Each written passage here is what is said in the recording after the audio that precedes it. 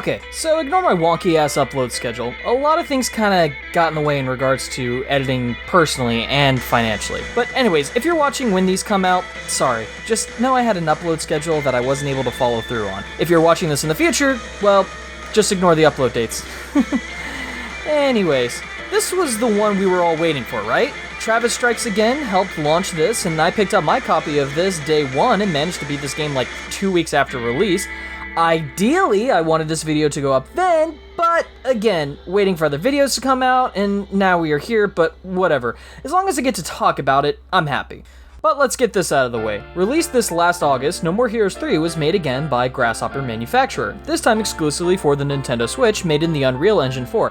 And man does it show, because this game looks amazing with all these particle effects, and at no point did I see this game slowing down. However, it did receive some criticism with some technical performances. I was playing this with a Gen 1 Switch docked and never noticed an issue, but who knows? Apparently this game was also criticized for repetition and tediousness. As someone who has played the other 3 entries, these people don't know what we've been through, and are probably just those piss-poor game reviewers that didn't actually sit down and they looked for something to complain about in this game.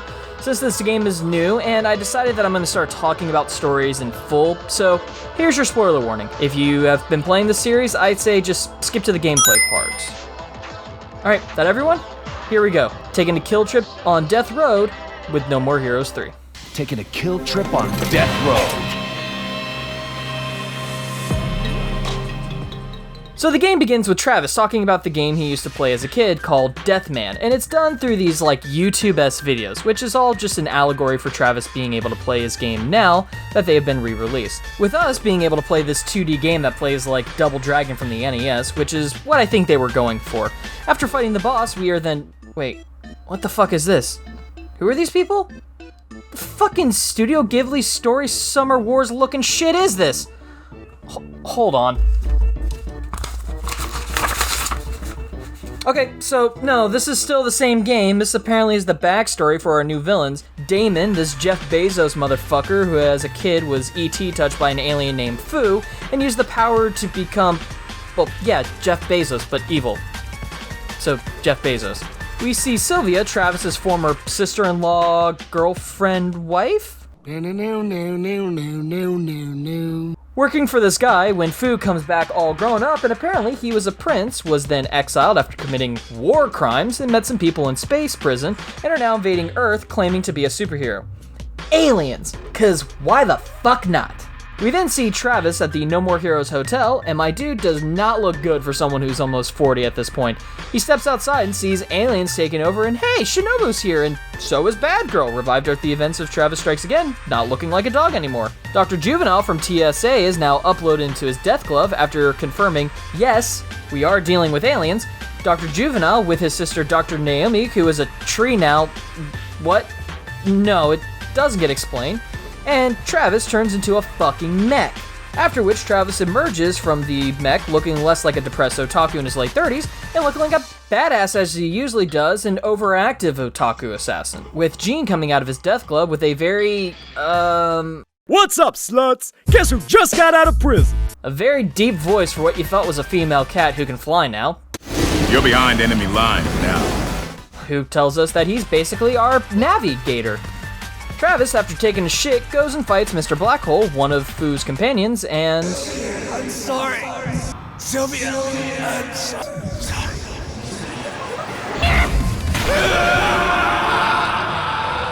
Sylvia, I'm sorry.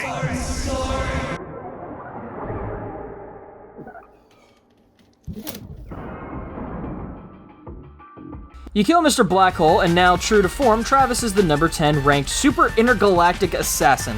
At this point, it's business as usual. Make money to be able to fight the next ranked assassin, give it to Sylvia, and fight the other ranked assassins, with Vu being the number 1. After Sylvia gives us the rundown, Travis' rank is upgraded to number 10, and then we get to see the pretty sweet opening. We're seeing the title card again. But Fu decides that he's gonna take over the world after he kills all of Damon's board members and the president of the US on live TV. He issues a challenge to everyone to kill him and his other 8 generals, otherwise he's taken over the entire planet. And, next episode? Alright. title intro again. Then Fu, pissed that Travis killed Black Hole, decides to pay the No More Heroes Hotel a visit while fighting Travis. Shinobu comes and tries to help, but Fu decides to de-arm the ninja. Luckily, Batman from the last game shows up to keep Fu's head in the game, and Fu decides to even the playing field by taking an eye for a head, killing Batman. Batgirl shows up after Travis passes out from blood loss, and sees her father dead in the parking lot. Travis wakes up and rushes downstairs to see Shinobu in critical condition, although stable. Although, Batgirl is in less stable condition since she's dealing with seeing her dead, dear old dad splattered all over the pavement. Travis at this point does what he does best. Menial labor, couple of contract killings, well, alien killings in this case, and cashes in to kill the next target, Gold Joe. Something of note is that in most of these fights, Jean is usually there in our corner. I think it's kinda nice, gives Travis someone to bounce off of, because some of these aliens are not very noteworthy, like Flamboyant Magna Man here. Oh, snap! Snap, crackle, and pippity pop! Travis breaks the third wall and breaks him in two, making him the number 9 ranked assassin, and roll credits? Hold on, that's it? Nah, the game treats this like we are binging an anime on a streaming service. I think you can tell which one. Luckily, this time we do the fights about 10 bosses like the game promises, however with some exceptions. Who we fight does vary, but at this point I've just come to accept that. Between each episode, you will have Travis and Bishop talk about their favorite shows and movies, as well as typical nerd shit in between grinding money and taking bounties. Also, it has this weird, Lupin the Third art style that happens on this, little, old box TV. I think it's just kind of a neat little feature that they did. After a few kills, Travis fights Native Dancer with a, "Oh, that's my uncle" trope, claiming to be from the future. Travis actually spares him on instinct alone, and later on a grown-up Kimmy Howell? Wait, hold on, who? Oh shit, the schoolgirl from the second game got a whole pop star thing going on now, and true to form with these games, she kill-steals the 7th ranked alien. This part here, this pop star just drops a rap battle like it's fucking Zombieland Saga.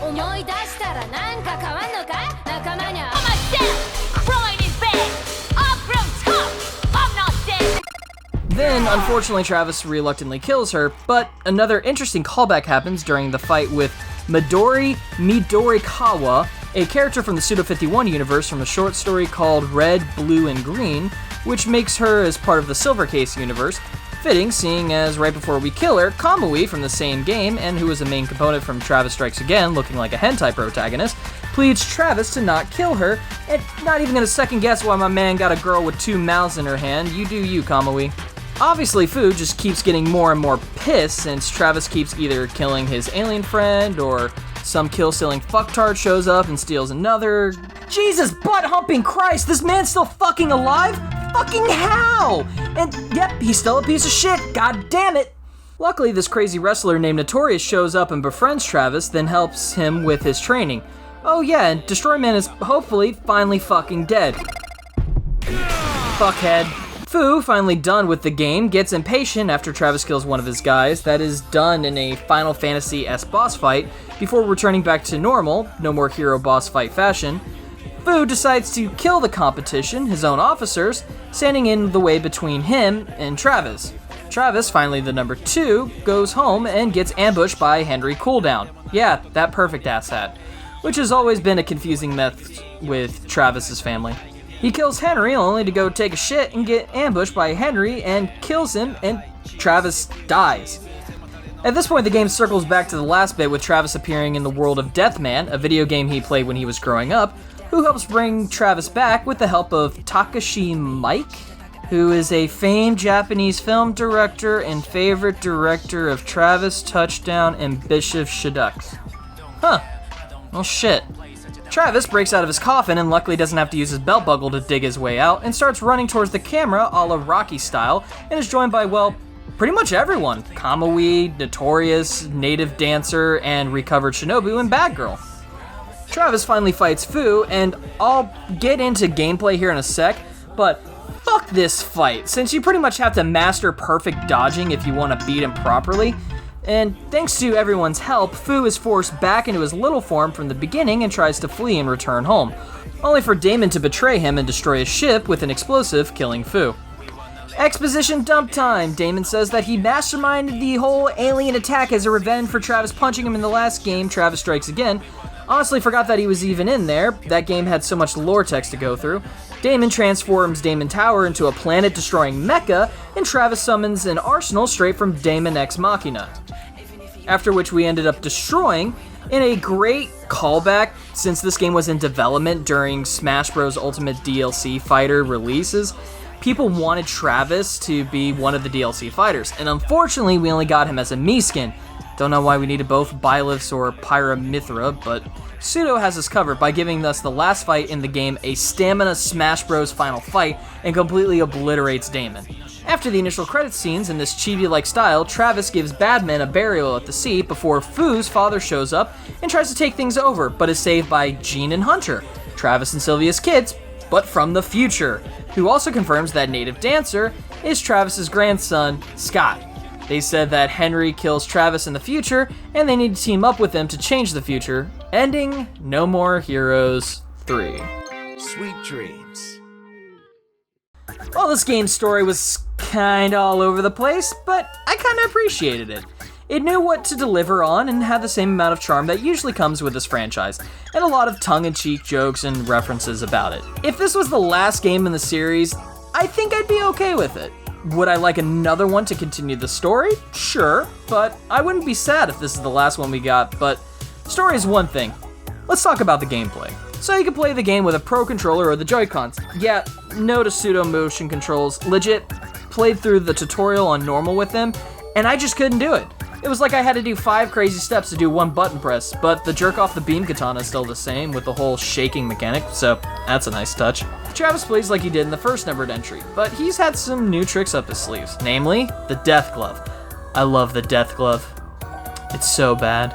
You can use 4 different moves to completely annihilate the enemies. A slowdown mechanic, an AoE damage over time attack, a warp right to you drop kick attack, and a yeet the fucker attack, and legit going from yeet this person away, warp right to them, drop kicking them, they get up slowly, then while they can barely move, they get hit with projectiles in the same space as the slowdown AoE. Then if you really want to fuck them over after you build up your meter, you can put on a Travis Mecha, full armor mode, and just really go to town. Even with all the craziness and the returning roulette wheel for the different superpower Travis mode, this game's regular Mook fights are still hard as shit, cause unlike the last couple of games, we're dealing with aliens. And these guys come in all different variants, and if you aren't careful, you can wind up dead, and have to do the mission all over. However, if you do die, you get this little wheel that spins that may make your next time fighting easier, or just throw you back into the fray with full health right where you died. Or if you're unlucky, fuck you over for part of the fight before being able to operate normally.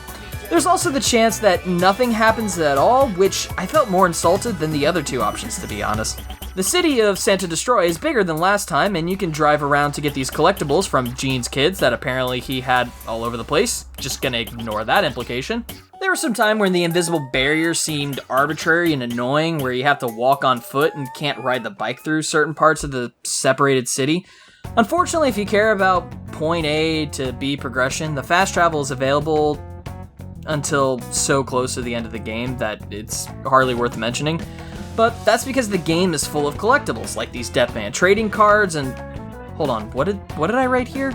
Number 8 gets destroyed, get a bunch of new chips, Scorpion Animal Crossing flashbacks. What the fuck? Oh god, the Scorpion collecting! They are these like little fucking scorpions you can find and give to this guy so he can make some crazy ramen, but if you don't sneak up on it, it shanks you and you wake up and it's gone, giving me fucking Animal Crossing flashbacks. Okay, Pastor Tristan isn't completely stupid. You can do a few mini games, you can interact with Gene and do this throw a ball mini game and he'll spike it back at you or call you fucking suckin' if you throw it out of range. Bike racing mini game where you can slam into bikes and take out asshole speeding racers. Go to see Dr. Tree Naomi, the fuck can allow you to go back and fight some of the old bosses again, which is nice since you can grind out parts at this terminal that you can either use money to upgrade Travis, or use the parts to make different chips for the Death Glove that can give Travis perks, buffs, or debuffs for enemy encounters, which is a nice way for people based on their playstyles. Travis's wardrobe makes a return and you can collect different shirts as before, and after you beat the game, you can wear Travis's jackets from the 3 previous installments, which I think is a pretty sweet bonus for beating the game. Only other thing of note is this shit here, and let's go ahead and lump the music in here. In the tutorial segment, the game makes you take a shit to save, and then you can go over to the sushi terminal which replaces the ramen terminal in the last game. While you are here, you can buy sushi that can heal you mid-fight or give you buffs. But the best part about it is the fucking song that plays. Itadakimasu! Oh, why does it slap so hard? It has no reason to. What the fuck? I found myself staying here and taking my time buying sushi because I wanted to hear the song, because it only plays here, which Travis has always had like a handful of songs that stuck with me. This is the remix of Travis's normal theme and one of the boss musical chair songs that, again, hits harder than it needs to, but just, man. My only real criticism with this game was that at certain points I did have some slight graphical glitches I noticed was during cutscene textures would load in, but I figured with patch updates it's fine, it's nothing too distracting personally. And one time in Travis's hotel, which at this point expands so far, pretty sure he owns the whole fucking place, the posters were trying to load the assets. Hell, one of my major complaints in the last game was the chores that you had to do that you could make money with in the first 2 games.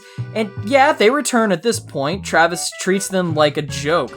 Unclogging toilets, mowing the fucking lawn, Travis treats it like he's on a fucking runway. And then the only other one I could remember was mining ore in the underground, and even then it had like these mooks you could kill while trying to get minerals. Oh, and then you could fucking wrestle alligators or crocodiles, whatever the fuck, to try and clean up over here. But at no point did I feel like making money was an issue and didn't hindrance the time between the boss fights. So, No More Heroes 3. Was it worth it? Yeah, I would definitely recommend this game if you haven't played it yet for some reason. The game is pretty cheap right now, getting anywhere from $50 to $40, which is a fair price for this game. So, if you haven't, go ahead and give it a pickup. Give it a try and see what all the fuss is about. Alright, so, as I will say in the next video that was supposed to come out in October that I recorded before this one, I had a really wonky release schedule. I wanted to do these videos for Spoopy month, and now it's Spoopy Christmas time. Hell, hopefully as I write this, I can get out this video in December, along with 2 more I had planned before returning to the Platformer Marathon. But luckily I found some help that'll hopefully will be able to stick around. Thanks again to JamieLED, who helped Alina with editing, since it's hard when I have to do this basically by myself and still make money to support myself and this channel, along with the purple box. But yeah, JamieLED, give this person some love. I checked out some of their stuff and it's really good. I'm surprised they're still just a student learning editing, but anyways. Hey, you did make it to the end, so I guess you liked the video? Or if not, tell me in the comment section below, and go ahead and make sure you tap that subscribe button and smack that bell to know when the next video is out. Make sure to check me out on the Bluebird, the Purple Box, and Nostalgia Cam if you want to see more of my art, as well as whatever updates and gameplays I'll be giving in between reviews. Once again, thank you so much for watching, and hope to see you guys again real soon.